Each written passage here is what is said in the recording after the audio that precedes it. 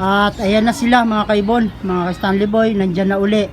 Bali, maghapon na sila dyan at magdamag naman uli. Tapos kinabukasan na uli sila.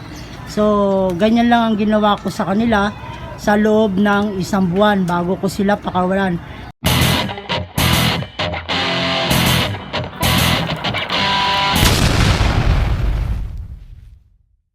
Bali, ngayong umaga na ito, ang vlog natin ay tungkol sa kung ano ang ginawa ko sa mga kalapati ko, kung bakit ko napabilis papasukin sila. So, yun mga kaibon, mga ka-Stanley Boy, ganito lang yung ginawa ko sa mga ibong ko sa loob ng isang buwan. Ito mga kaibon, mga ka-Stanley Boy, yung aking dalawang inakay na aking pinapaamo sa loob ng isang buwan. Bali mga kaibon, mga ka-Stanley Boy, ganito ang ginawa ko sa kanila. Sa buong magdamag mga kaibon, mga ka-Stanley Boy, nandito lang sila. Good evening mga kaibon, mga ka-Stanley Boy. Tingnan natin yung mga inakay. Yan. Ito nga pala yung mga inakay ko na pinapa-viewing ko. Ganito ang ginagawa ko lagi sa kanila. Bali mga kaibon, mga ka-Stanley Boy, kararating ko lang. At itong kalapati na to, buong magdamag to sila dito sa kanilang viewing cage. Bali ito mga kaibon, mga ka-Stanley Boy, sa umaga mga bandang alas 10 or 9, pinapalipad ko muna to. Yan yung mga flyer ko. Yung mga flyer ko pinapalipad ko muna yan sila para sa pagpapasok ko naman sa kanila isasabay ko ito. Yo. Pag nakalipad na yung mga flyer ko mga kaibon, mga ka-Stanley Boy, sa umaga, tsaka ko binabalik sila. Pag nakapasok na yung mga flyer ko mga kaibon sa umaga dito, no? Pag pinapatoka ko na sila at inilalagay ko ulit sila dito, tapos bubuksan ko lang to. Itong pinaka to, bukas yan, para tapos ginaganon ko yan. Tapos diretso na yan sila dito papasok. So bali ngayong gabi na to mga kaibon, mga ka-Stanley Boy, pinapakita ko lang sa inyo kung ano yung ginagawa ko sa gabi. Bali nandito lang siya. Yan. Nandito lang itong aking mga kalapati. Buong magdamag yan mga kaibon, mga ka-Stanley Boy, yan. Yan yung bubungan ng court at may nagbabasketball pa. Dito lang yan sila lagi. Umaga at gabi.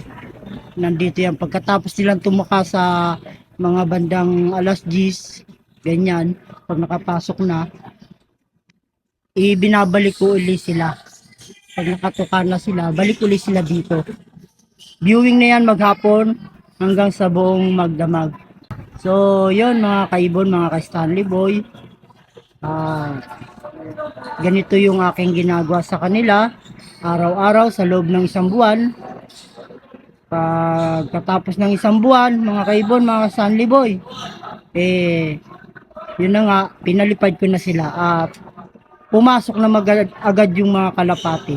Bali yung isa dito lumipad tong ano, yung checkered na to, yan yung may puti, lumipad dyan, sumama sa mga kuyas niya. Kala ko nga ilalayo, mabuti at hindi nilayo. At ito naman yung light checkered, hindi siya lumipad at pumasok agad. At sa umaga naman, ngayon ko lang sila papapasukin. Time check tayo, ayan o. Bali, saktong alas 11. Itong mga ibon na to, 1 day, 1 eat lang to mga kaibon, mga ka-Stanley Boy, kasi nga nagpapaamo ako ng ibon at nagtuturo. Kaya kailangan maturuan natin ng maayos. Kasi ang mga kalapate, sumusunod lang din sila kapag gutom na sila mga kaibon, mga ka-Stanley Boy. Bali, pinapakita ko sa inyo kung ano yung ginagawa ko kung bakit sila napaamo ng mabilis. Itong mga ibon na to, na flyer ko, ay pakakawalan ko muna sila at pagkatapos papapasukin ko sila pagkatapos nilang lumipad.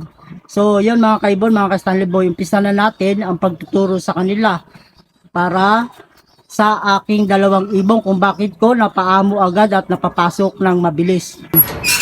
So yun, paliparin na natin. Yan mga kaibon, mga ka-Stanley Boy, ready na. Yun, apat na agad yung lumipad, oh. Yun, oh. Bali, may dalawa pa. Ito, isa, ang lima. Yan.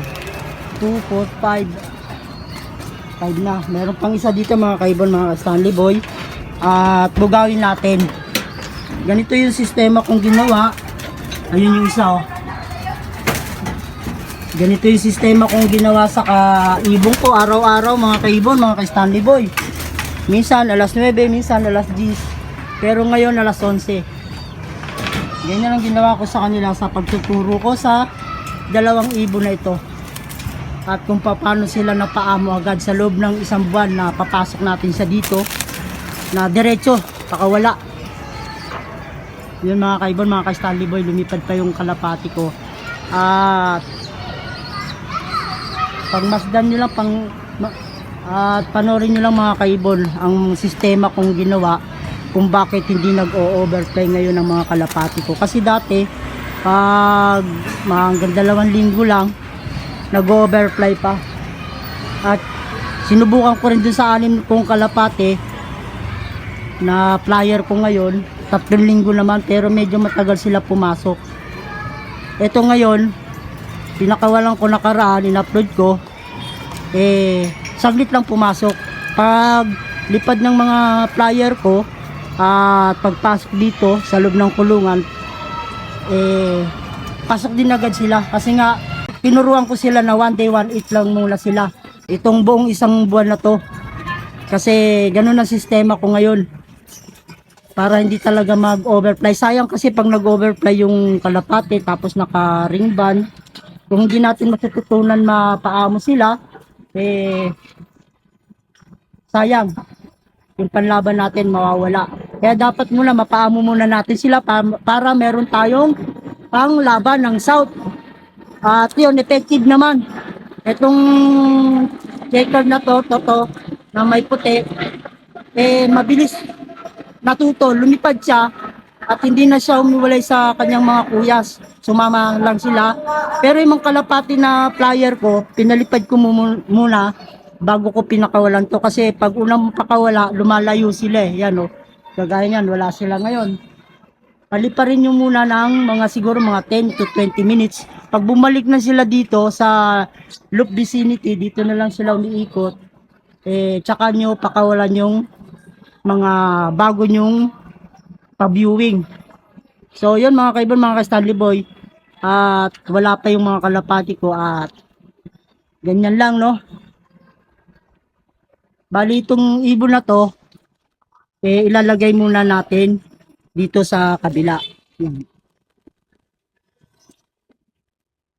Para pagpasok ng mga kalapati ko galing sa paglipad, hindi sila maharangan dito agad. Yan. So yun mga kaibon, mga ka-Stanley Boy, ito yung ibon ko yung lumipad, oh.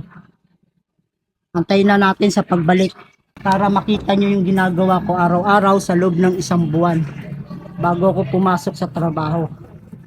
At syempre mga kaibon, mga ka-Stanley Boy, magtatuka muna tayo ng mga breeder natin. So, mga bago pa rin itong papaamuhin mga kaibon. Pang South din yan, young bird pa rin yan mga kaibon, mga ka-Stanley Boy. Yan o. Patukay muna natin sila para pagdating ng mga ibong ko galing sa paglipad, nakatuka na itong mga to. At nang makapagtubo na rin sa mga inakay. Ito nga pala mga kaibon, mga Stanley Boy, yung inakay nito, naibigan na natin kay Imac. Guaranteed 3 million ang inakay na niyaya nito galing dito. So yun, at pagkatapos natin itong patukain, yan, yung mga flyer naman natin mamaya. Sila mga kaibon nandito na. Ano?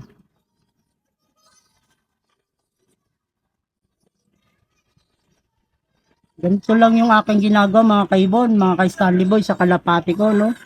At ito yung inakay. Yan, no? Kaya naman ang susunod kong papamuhin. So, yun mga kaibon, mga Stanley Boy, at babalik tayo doon sa mga pinalipad ko.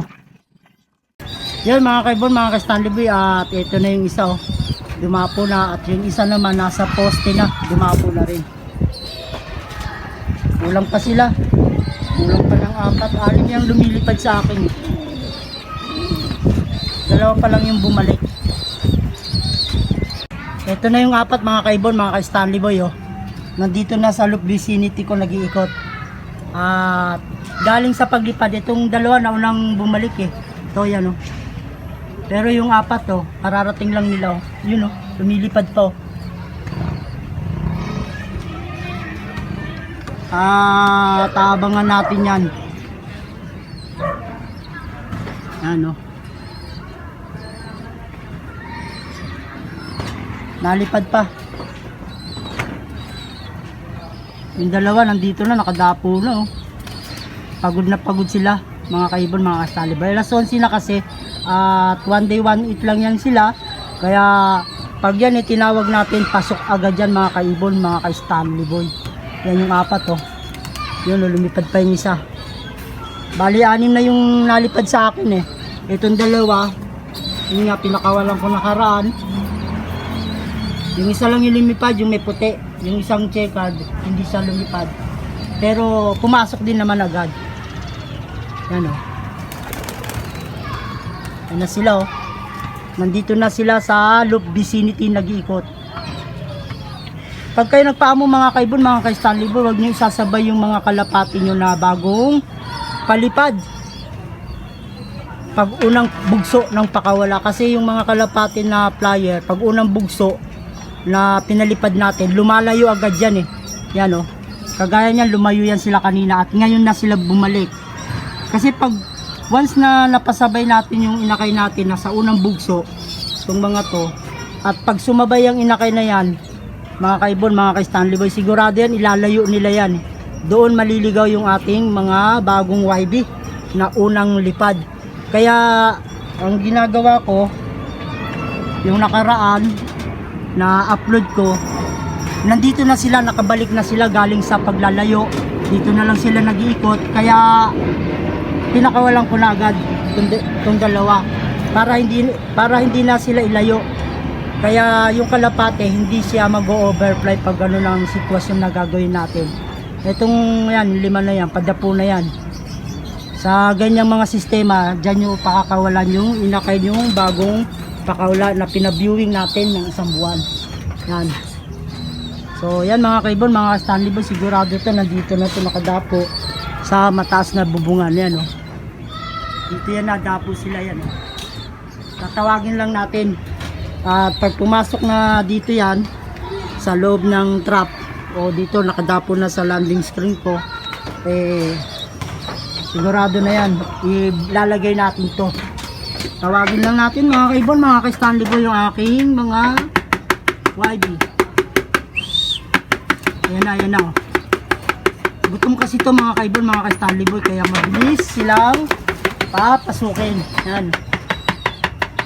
One day one is lang. Ganyan ako pag nagtuturo. At isarado muna natin yung kanilang lagusan. Nakabukas eh. Yan. Yan to. Yan na. Bali 3 na yung nandito. At pagod na pagod galing sa dayo eh. Ha, mga kaibon, mga ka-Stanley Boy oh. Nalipad pa pala yung 3. ready na lang natin to, yung kainan nila. Siyempre lalagyan natin mga kaibon ng isang takal muna para dahan-dahan maramdaman nila na may patuka sa loob. Ito pa isa, oh. Yan, bali 5 na sila mga kaibon. Yan, naka-ready, oh. Pagod na pagod eh. Hingal na hingal kasi nga one day one eat lang to. Nagtuturo pa tayo mga kaibon, mga ka-Stanley Boy, kung paano papasukin yung ating mga ibon na kasama rin tong dalawang to. Ganito yung ginagawa ko pagka bago ko magpakawala o bago ko pinakawalan tong mga inakay na to. Yan, oh. Lagyan pa natin ng patuka.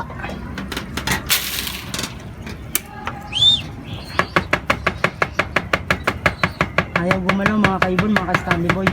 Wala pang napasok eh. Yun, papasok na yung isa. At yun na nga, pumasok na yung isa. Yan, oh. Tuloy-tuloy na yan. Yan.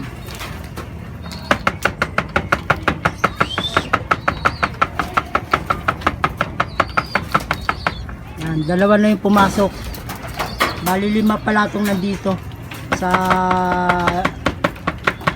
kulungan, nakadapo sa may landing screen.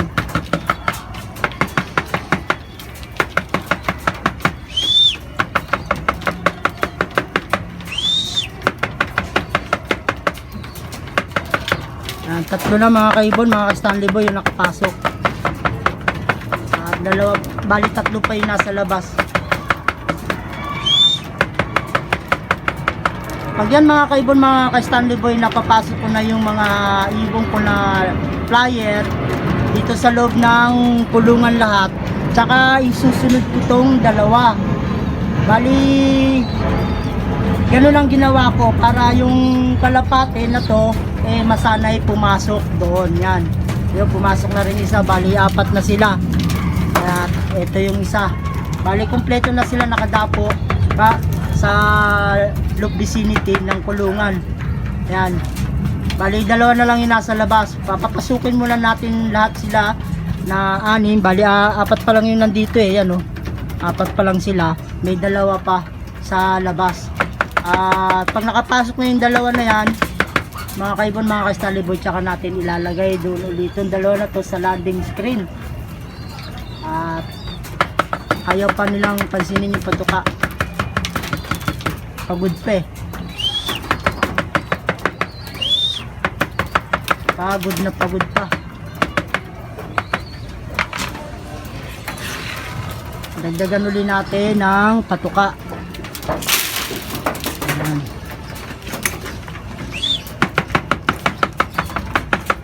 Ayan mga kaibon, sumumpa. Siyempre.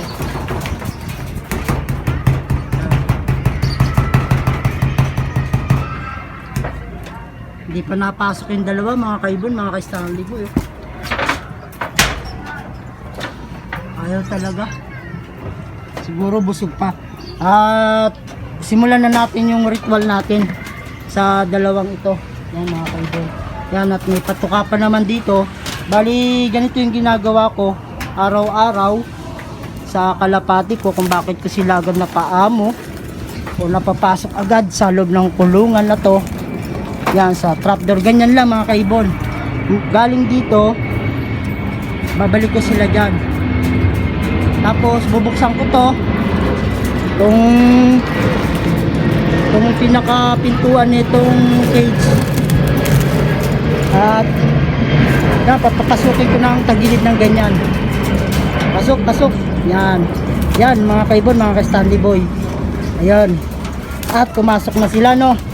Ganyan ang ginawa ko, kaya napapasok ko agad ng maayos yung aking kalapate. At ilagay na natin to dito. Bali ito yung 2 hindi pumasok. Bali Ayan na sila mga kaibon, mga Stanley Boy yan. Yan, yung dalawang inakay na pinaviewing ko sa loob ng isang buwan. Labas, pasok, tapos tulog sa labas ng gabi. Ito yung dalawa. Siyempre pag ganito na nakapasok na mga kaibon, mga ka-Stanley Boy, patutukain ko na ng marami. Yan. Yan sila mga kaibon, mga ka-Stanley Boy. Ganyan lang ang ginawa ko sa dalawang inakay na to. Yan. Yan, pumasok na yung isa. At ito pa yung isa, pumasok na rin. Bali, 8 na sila sa loob. Yung 6 na player ko, lahat nakapasok na. At syempre, patutukain ko na ng marami to. Kasi, pagkatapos nitong tumaka, nitong dalawang inakay na to, pagbusog na, ibabalik uli natin siya doon. Ito yung cage, no, ibabalik uli natin sila doon para naman viewing uli. Yan mga kaibon, at busugin lang natin at maya maya ibabalik na natin sila. Siyempre dahil 1 day 1 eat lang, kailangan busog. Yung katumbas na kakainin nila ngayong umagang to, sa oras na to, kailangan kakasya hanggang mamayang hapon. Kasama na yung pagkain nila sa umaga at sa hapunan. So yan mga kaibon, mga Stanley Boy, at patukain lang natin at pabusugin natin sila at painumin natin ng tubig. Tapos ibabalik na natin yung dalawang inakay na i-viewing natin para sa loob ng 1 buwan bago natin siya pakawalan. At yun na nga mga kaibon, mga ka-Stanley Boy, at busog na yung ating mga kalapati at napainom na rin natin sila. Kukunin natin yung inakay na dalawa para sa pag-viewing. Yan.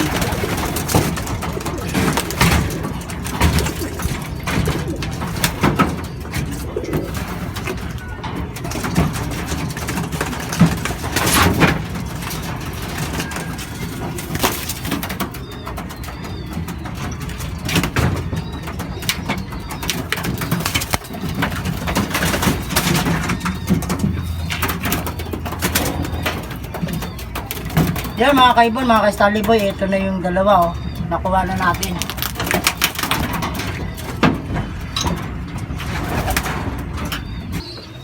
Ito na mga kaibon, mga ka-Stanley Boy, ilalagay na natin itong dalawang inakay dito. Busog na sila eh.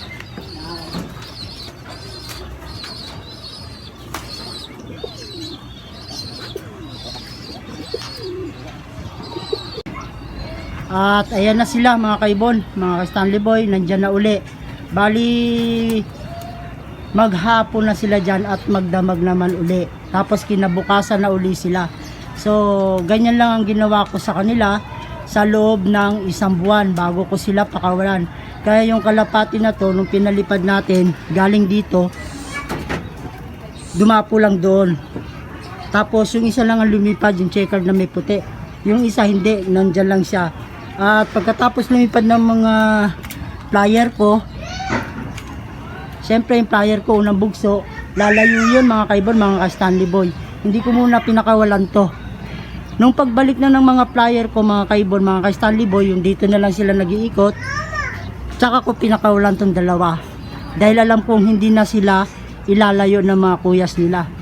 Kaya dito na lang nag-ikot-ikot. Nung lumipad tong isa, dito lang siya sumabay at hindi na siya lumayo pa dahil yung mga kuya niya dito lang din umikot. Dahil kilala niya yung mga kalapate o kuya niya, doon na siya sumabay. Dito lang, nag-ikot-ikot lang hanggang sa pagbaba. At pagbaba, kasama yung checkered na may puti na yan, dito agad siya bumaba.